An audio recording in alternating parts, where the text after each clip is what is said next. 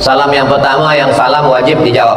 Assalamualaikum warahmatullahi wabarakatuh. Semua jawab. Salam yang kedua tak boleh dijawab. Salam imam. Assalamualaikum warahmatullahi. Jangan dijawab. Jangan tak jawab. Waalaikumsalam jawab. Salam yang ketiga, kita tak mahu mendengar jawabnya. Itulah bila kita lalu di kubur. Assalamualaikum ya ahlal kubur. Cuba kalau dia menjawab, waalaikumsalam. Hidup. Kalau tak hidup, takkan malaikat bertanya, man rabbuka, man nabiyuka, man imamuka, ma qiblatuka, man ikhwanuka. Hidup. Hidupkah dia? Hidup. Dia mendengar suara selipar orang yang mengantar. Orang yang last sekali balik, dia dengar suara. Masa almarhumah nenek saya meninggal, dia pesan, nanti kalau aku mati, bacakan surat Al-Mulk. Siapa yang membaca surah Al-Mulk malam 30 ayat, dijaga Allah dari azab kubur. Hadis riwayat Abdullah bin Mas'ud radhiyallahu anhu. Elok dibaca. Maka selepas pemakaman kubur, dia berpesan bacakan surat Al-Mulk untuk menjaga azab kubur. Abdullah bin Umar, anak Umar bin Khattab, berpesan, kalau saya mati, nanti bacakan pada kepala saya pangkal Al-Baqarah alif lam mim sampai wa ulaika humul muflihun. Bacakan pada kaki saya akhir Al-Baqarah lillahi ma fis samawati, 3 ayat sampai last sekali surat Al-Baqarah. Untuk apa dibacakan kalau tak hidup? Itu menunjukkan dia hidup. Kiamat. Selepas hari kiamat, kita pun hidup juga. Mana bukti bahwa hari kiamat kita hidup? Idza sama'un fatarat, langit terbelah, wa idzal kawakibun tasarat, planet bertumbung, jatuh, berguguran, wa idzal biharu fujirat, lautan dinaikkan, air laut naik ke atas darat. Malam tadi sampai di hotel pukul 12, saya buka tingkap, saya tengok gelap ni, rupanya laut. Oh, cantik ini esok pagi tepi laut. Tapi bila saya nak tidur, bismika Allahumma ahya. Kalau tsunami malam ni. Saya tengok pukul 4.30 tadi terjaga. Alhamdulillahilladzi ahyana ba'dama amatana wa ilaihi nusyur. Malam tidur bismika Allahumma ahya wa amut. Esok pagi buka mata, masih ada jam dinding. Buka mata, masih ada istri. Buka mata, masih ada suami. Sampai masanya nanti hidup, buka mata gelap, tiba-tiba terdengar suara marabbuka. Apakah orang yang mati itu tahu bahwa dia akan mati? Tidak. Apakah orang yang mati semalam dia berpikir bahwa dia akan mati hari ini? Tidak. Kita tak tahu. Siapa yang paling sedar tentang kematian? Orang yang ingat kepada Allah Subhanahu wa taala. Ingat-ingat, wa kafa bil mauti wa'idha. Lalu kemudian selepas dari alam barzah, langit hancur, lautan naik, kiamat terjadi. Wa idzal qubur bu'athirat, semua yang dikubur bangkit. Mana boleh orang mati bangkit balik? Datanglah seorang lelaki namanya Asi bin Wa'il. Dia bawa tulang yang sudah kering putih, tak ada lagi apa daging, lemak, tak ada. Lalu dia tunjukkan tulang itu, dia tanya kepada Nabi Muhammad SAW, ya Muhammad, ayuhi rabbuka hadzal 'idhama ba'da ma baliya wa rahmah? Apakah Tuhan engkau boleh menghidupkan tulang ini? Bolehkah tulang ini hidup balik? Nabi diam. Datang malaikat Jibril membawa ayat. Qul, katakan. Qul yuhyiha alladhi ansha'aha awwala marrah wa huwa bikulli khalqin alim. Katakan kepada dia, wahai Muhammad sallallahu alaihi wasallam, Allah yang menciptakan manusia, selepas manusia mati tak ada, selepas itu dia ada balik. Tak ada yang susah bagi Allah. Innama amruhu idza arada syai'an ay yaqula lahu kun fayakun. Ada di dalam badan kita ini yang tak hancur.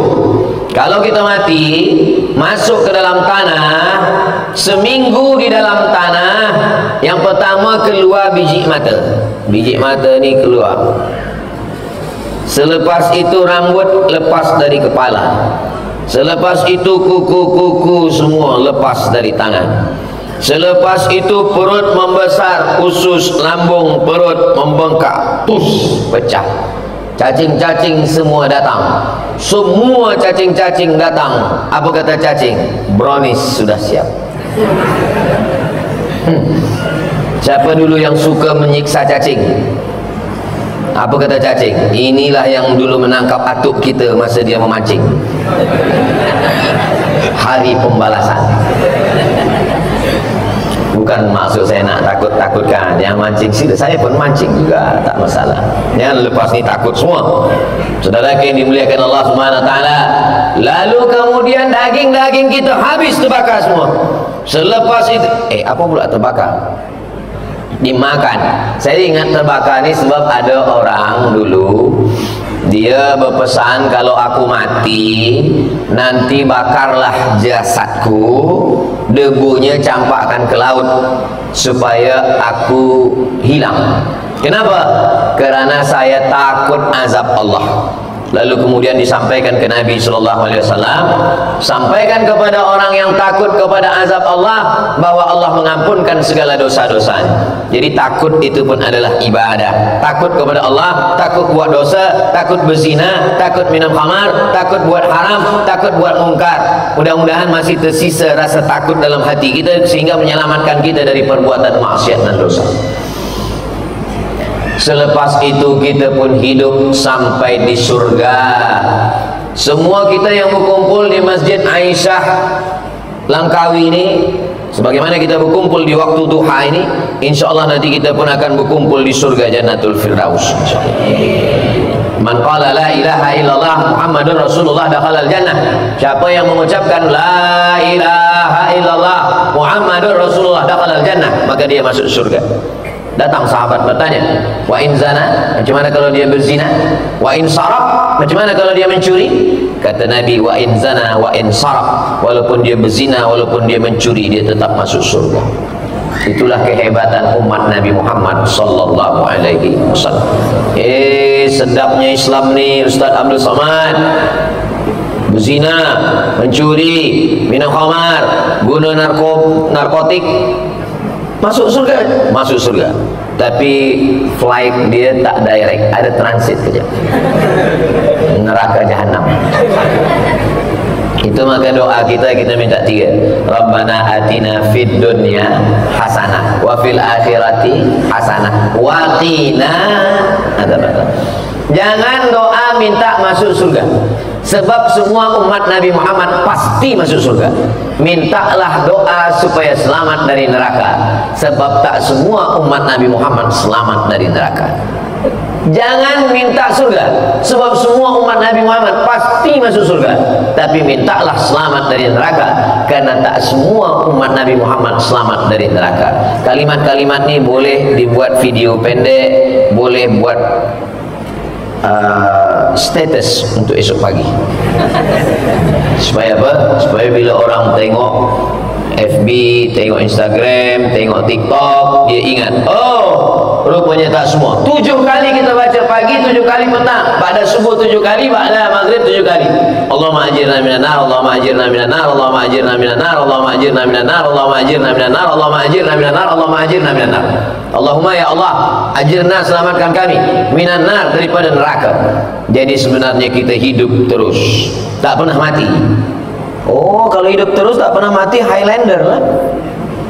Hidup maknanya hidup ada yang beramal, ada hidup yang tak beramal. Lalu yang ustaz-ustaz katakan selalu, tok-tok guru selalu katakan, marilah kita beramal sebelum masa mati datang. Maksudnya ketika ruh ada dalam jasad, ketika itulah kita wajib beramal. Selepas roh keluar daripada jasad, kita tak wajib lagi beramal. Ustaz Abdul Somad, suami saya ni, laki saya ni, tak sembahyang, tak puasa, tak baca Quran. Mungkin ruhnya sudah keluar dari jasad. Selama hayat dikandung badan, selama ruh bersemayam dalam jasad, maka kita wajib beramal. Tapi katanya ada yang tak wajib beramal. 3. Pertama, anis sabi hatta yahtalim, budak kecil sampai mimpi akil balik. Kedua, anin naim hatta yastaiqiz, orang tidur sampai jaga tidur. Jadi kalau tak nak beramal, tidurlah. Ketiga, anil majnun, gila, hatta yafiq, sampai sihat. Orang gila tak wajib sembahyang, tak wajib puasa, tak wajib haji, tak wajib umrah, tak wajib zakat. Gila. Sebab apa ketiga-tiga makhluk Allah ini tak wajib beramal? Budak kecil, orang tidur, orang gila. Beza, tapi sebenarnya satu. Akal tak ada. Siapa yang wajib sembahyang? Baligh berakal. Siapa yang wajib puasa? Baligh berakal. Siapa yang wajib haji? Baligh berakal. Siapa yang wajib zakat? Baligh berakal, berharta, cukup nisab, cukup setahun. Yang tak cukup syarat, tak wajib. Allah Ta'ala bagi kita akal, Allah Ta'ala bagi kita umur, Allah Ta'ala bagi kita sehat, maka Allah minta kita beramal. Berapa jumlah amal kita ni? Amal kita ada 4. Yang pertama, amal badan. Tegak, rukuk, sujud, duduk, tasyahud, salam, tawaf, sa'i, melontar jumrah, wukuf di padang Arafah, tahallul, potong rambut. Namanya amal badan. Yang kedua, amal harta, zakat, wakaf, wasiat, hibah, ghanimah, sedekah, derma, bina masjid, Masjid Aisyah. Ini amal harta. Yang ketiga, amal lisan. Subhanallah, walhamdulillah, la ilaha illallah, wallahu akbar, Allahumma sholli ala sayyidina Muhammad wa ala ali sayyidina Muhammad, a'udzubillahi minasyaitonir rajim, bismillahirrahmanirrahim, Yasin. Amal badan. Amal badan. Saya tak kuat amal badan, Ustaz. Kaki sakit, semua sakit, mata sakit. Kalau begitu amal harta, duit pula tak ada. Kalau begitu amal lisan, mulut pun sakit. Kalau begitu amal hati, hati pun sakit. Amal badan tak boleh, amal harta tak boleh, amal lisan tak boleh, amal hati pun tak boleh. Jadi macam mana? Senang aja. Kita kan di Pulau Langkawi, tepi pulau ni kan ada laut. Pergilah ke laut. Amal apa namanya? Sedekah, bagi badan makan ikan hiu. Apa guna kita hidup kalau tidak untuk beramal? Untuk apa Allah menciptakan kita di atas dunia ini? Allazi khalaqal mauta, Allah menciptakan mati, wal hayata, Allah yang menciptakan hidup, liyabluwakum ayyukum ahsanu amala, Allah ingin menengok siapa yang paling baik amala, amal. Innal insana lafi khusr, semua manusia dirugi, illal ladzina amanu, kecuali orang yang percaya pada Allah, wa amilus salihati, beramal. Alhamdulillah, jaga subuh tadi beramal. Amal yang pertama ketika jaga subuh, amal lisan. Alhamdulillahilladzi ahyana ba'da ma amatana wa ilaihin nusyur. Selepas itu tegak amal badan, masuk ke tandas kaki kiri, Allahumma inni a'udzubika minal khubuthi wal khaba'ith. Selepas itu mandi bersih-bersih. Selepas itu nampak muka di cermin, Allahumma kama hassanta khalqi fahassin khuluqi. Itu bacaannya. Ini sekarang banyak belia-belia ni bila tengok muka di cermin, bukan Allahumma kama hasan, handsome-nya. Selepas itu kita tegak, melangkahkan kaki ke masjid. Langkah pertama hapus dosa, langkah kedua naik darjah, langkah ketiga hapus dosa, langkah keempat naik derajat. Masuk ke dalam masjid, Allahumma ftahli abwaaba rahmatik. Masjid Aisyah ini cantik, sejuk, walaupun agak hangat sikit. Sebab kita ramai sekarang ni. Dan di pintu masjidnya ada bacaan Allahumma ftahli abwaaba rahmatik. Maknanya budak kecil, anak-anak, orang baru tobat, baru hijrah, baru masuk Islam, mu'alaf, tak ada alasan untuk tak baca doa Allahumma ftahli abwaaba rahmatik. Masuk dari pintu kanan, pintu kiri, pintu belakang. Yang khawatir tak baca doa, yang dari sini, sebab tak ada baca Allahumma ftahli abwaaba rahmatik. Masuk ke dalam masjid, sembahyang tahiyatul masjid, qabliyah, sembahyang subuh, duduk berzikir, baca Quran, solat duha, solat zuhur, qabliyah, ba'diyah, solat asar, qabliyah, maghrib, qabliyah, ba'diyah, isya, qabliyah, ba'diyah. Amal, amal, amal, amal, amal, amal. Kumpulkan semua amal-amal kita sampai pada akhirnya doa yang dibacakan ustaz kita tadi, Allahumma ja'al khaira ayyamina khawatimaha. Jadikanlah hari kami yang terbaik, hari Isnin, hari Selasa, hari Rabu, hari Khamis, hari Jumat, hari Sabtu, hari Ahad. Hari kami yang paling baik adalah hari pada saat kami mati. Disitulah hari yang paling baik kerana kami mendapatkan Allahumma htib lana bihusnil khatimah. Ustaz Abdul Somad sekarang di Langkawi, ya. Esok kemana? Kuala Lumpur. Semalam kemana? Semalam di Pulau Pinang. Malam tadi di mana? Malam tadi di Alostar. Sebelum itu di mana? Sebelum itu di Pineng. Sebelum itu di mana? Sebelum itu di Perak. Sebelum di Perak di mana? Sebelum itu di Riau. Bila rehatnya? Rehatnya nanti di surga bersama kamu, sayang. Nanti kalau tuan ditanya oleh istri, bilalah abang ni rehatnya? Laqad khalaqanal insana fi kabad. Hidup ini lelah, hidup ini letih, hidup ini susah, hidup ini payah. Nanti nampaknya kalau anak dah sekolah agak tenang sikit. Ni budak-budak ni masih kecil-kecil lagi susah. Rupanya anak dah sekolah makin susah. Nanti nampaknya kalau anak ni dah di universiti, dah di college agak senang sikit. Rupanya anak dah di college tak juga senang. Nanti nampaknya anak ni kalau dah menikah, dah ada istri, ada jaga dia, agak senang sikit. Anak dah menikah makin susah. Kenapa? Anak dia pula dia kirim ke rumah kita. Bilalah kita ni agaknya senang. Ar-rahah fil jannah. Senang itu adalah nanti ketika kita di surga bersama Rasulullah sallallahu alaihi wasallam. Apa kata malaikat? Wasiqal ladzina taqaw rabbahum ilal jannati zumara. Ketika mereka dibawa menuju pintu surga beramai-ramai, berombong, berjamaah. Apa kata malaikat? Salamun alaikum. Selamat bagi kamu, tahniah, tibtum, kamu sudah berbuat baik. Fadkhuluha khalidin. Masuklah ke dalam surga kekal abadi selamanya. Ustaz Abdul Somad, nanti kalau kami mati kami masuk surga, ya. Apakah kami berjumpa dengan suami? Puan akan berjumpa dengan suami. Datang suami bertanya, Ustaz Abdul Somad, kalau kami suami laki ini nanti masuk surga dengan istri? Tuan pun akan masuk surga dengan istri. Bila dikatakan kepada istri, puan nanti akan berjumpa dengan suami, dia tersenyum. Tapi bila suami dikatakan, tuan pun nanti akan jumpa dengan istri, dia macam tak senyum. Dia ragu pula, macam-macam ragu. Dia tanya, iyakah saya berjumpa dengan istri di surga, Ustaz Abdul Somad? Kata saya, iya. Macam mana pakcik macam tak senang? Sedang di dunia pun saya dah tak tahan. Macam mana di surga nanti saya jumpa? Kenapa pakcik macam-macam tak suka? Dia selalu tanya saya, Ustaz, dah sembahyang atau belum? Kain dah dipakai apa tidak? Ini baju putih jubah kenapa tak dipakai? Kenapa tak sembahyang? Duit mana? Kereta mana? Balik pukul berapa? Ini sebenarnya bukan istri. Ini adalah bidadari surga yang dikirim Allah Subhanahu wa ta'ala.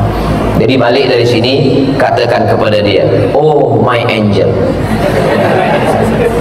Allah Subhanahu wa ta'ala kirimkan. Mudah-mudahan semua belia-belia kita, anak-anak muda kita semua dapat istri yang solihah-solihah. Yang sebut amin yang belum nikah saja. Ini saya tengok yang sebut amin ni anak dah 3. Saudara yang dimuliakan Allah Subhanahu wa ta'ala, berapa lama kita menghadapi cabaran-cabaran hidup ini? Letih saya dah hidup ni, Ustaz Abdul Somad. Kalau ada orang yang mengeluh tentang hidup, kata dia letih, mana boleh saya ringankan beban orang? Saya bila habis tazkirah subuh Rabu, banyak tamu datang ke rumah. Dari mulai pukul 7 subuh sampai pukul 7 malam. Memang hari Rabu saya di rumah menerima tetamu.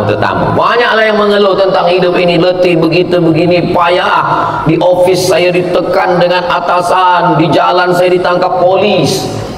Di rumah pula saya tak tenang dengan anak istri semua, Ustaz.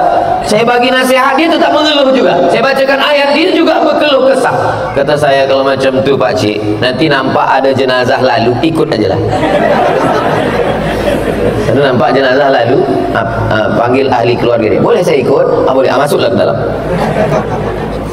Hidup ini memang tempatnya ujian. Kalau lagi hidup ini bukan tempat ujian, untuk apa kita dibuat Allah Ta'ala hidup? Ahasiban nasu ayyusraku ayyakulu amanna wa hum la yuftanun.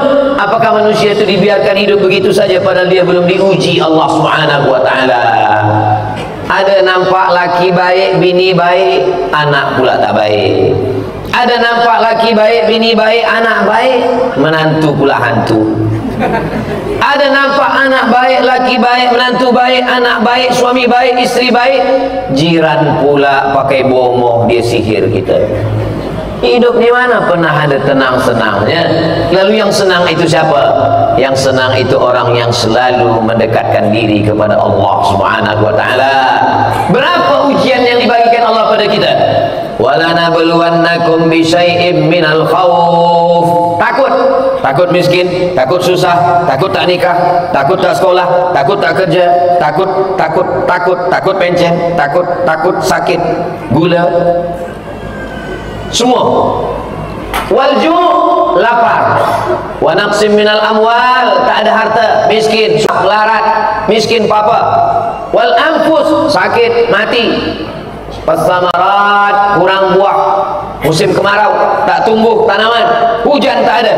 Wabasyiris sabirin, berikan kabar gembira kepada orang-orang yang sabar. Siapa itu? Alladzina idza asabathum musibah, orang yang ketika musibah itu datang, apa yang mereka katakan dari mulut mereka? Qalu inna lillahi wa inna ilaihi raji'un. Tidak ada ujian yang paling berat daripada kematian. Meninggal ayah kita, macam goncang dunia. Meninggal ibu kita, lembut tanah ini dipijak. Setiap ingat meneteskan air mata. Penuntut-penuntut yang masih hidup, emaknya masih hidup, ayahnya sayangi. Nanti kalau sudah tak ada, oh sakitnya tak terkatakan lagi. Sekarang kalian belum merasakan. Nanti bila dah meninggal baru kalian katakan, betul kata Ustaz Abdul Somad. Memang betul lah. Takkan saya cakap tak betul? Meninggal istri, menangis seorang lelaki, tapi dia nangis biasa aja.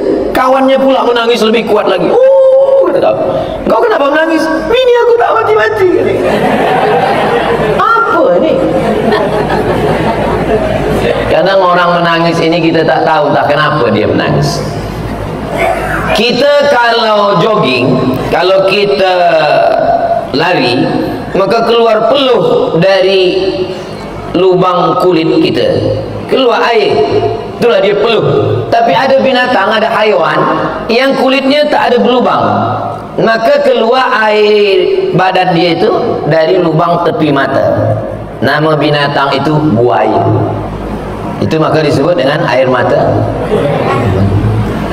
Buaya itu kenyang pun menangis, senang pun menangis. Allah SWT bagi kita kebaikan-kebaikan.